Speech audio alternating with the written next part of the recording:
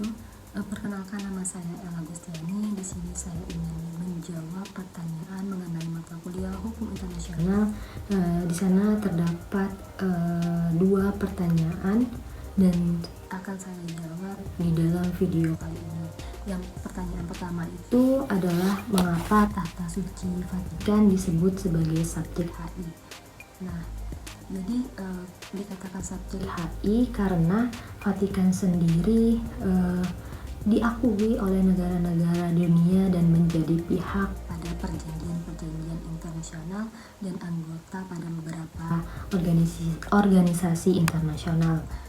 Dan kemudian yang menjadi dasar juga Vatikan disebut sebagai HI yaitu terjadi setelah diadakannya perjanjian antara Italia dan Tahta Suci pada tanggal 11 Februari tahun 1929 atau Lateranense yang mengembalikan sebidang tanah di Roma kepada Tahta Suci dan memungkinkan didirikannya negara Vatikan yang dengan perjanjian itu sekaligus dibentuk dan diakui. Kemudian alasan Vatikan disebut sebagai subjek HI yaitu berdasarkan Traktat Lateran yang disahkan pada tanggal 11 Februari tahun 1929.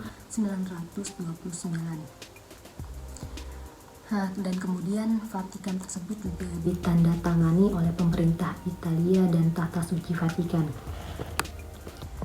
Nah, jadi Tahta Suci Vatikan ini juga memiliki perwakilan diplomatik di berbagai negara di dunia dan kedudukannya sejajar dengan perwakilan diplomatik negara-negara lain. Nah, makanya negara Vatikan disebut sebagai subjek hukum internasional. Lanjut dengan pertanyaan nomor 2, yaitu apa ciri khas dari ICRC sebagai hukum internasional? Jadi yang menjadi ciri khas ICRC sebagai hukum internasional yaitu memberikan kontribusi terhadap perkembangan hukum humaniter internasional. Nah, dari hal tersebut memiliki beberapa pengaruh terhadap hal tersebut, yaitu memiliki 3 pokok. Yang pertama adalah selama masih ada perang, eksistensi ICRC akan selalu terjaga. Dan yang kedua itu belum ada organisasi lain yang menjadi kompetitor. Yang ketiga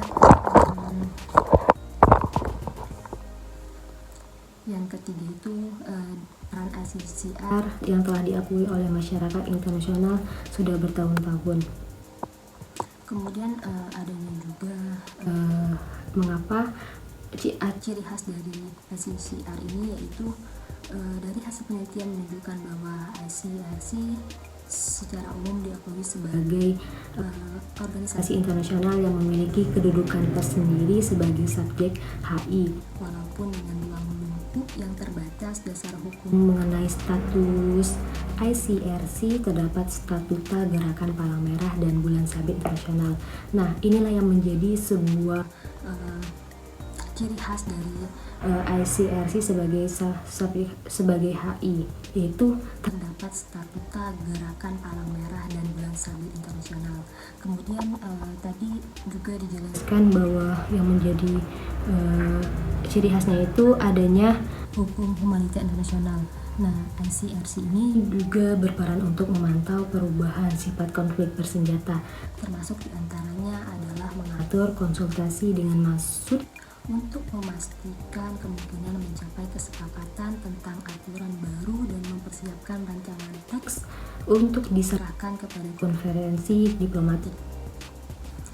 Itu saja yang akan saya jawab. Mungkin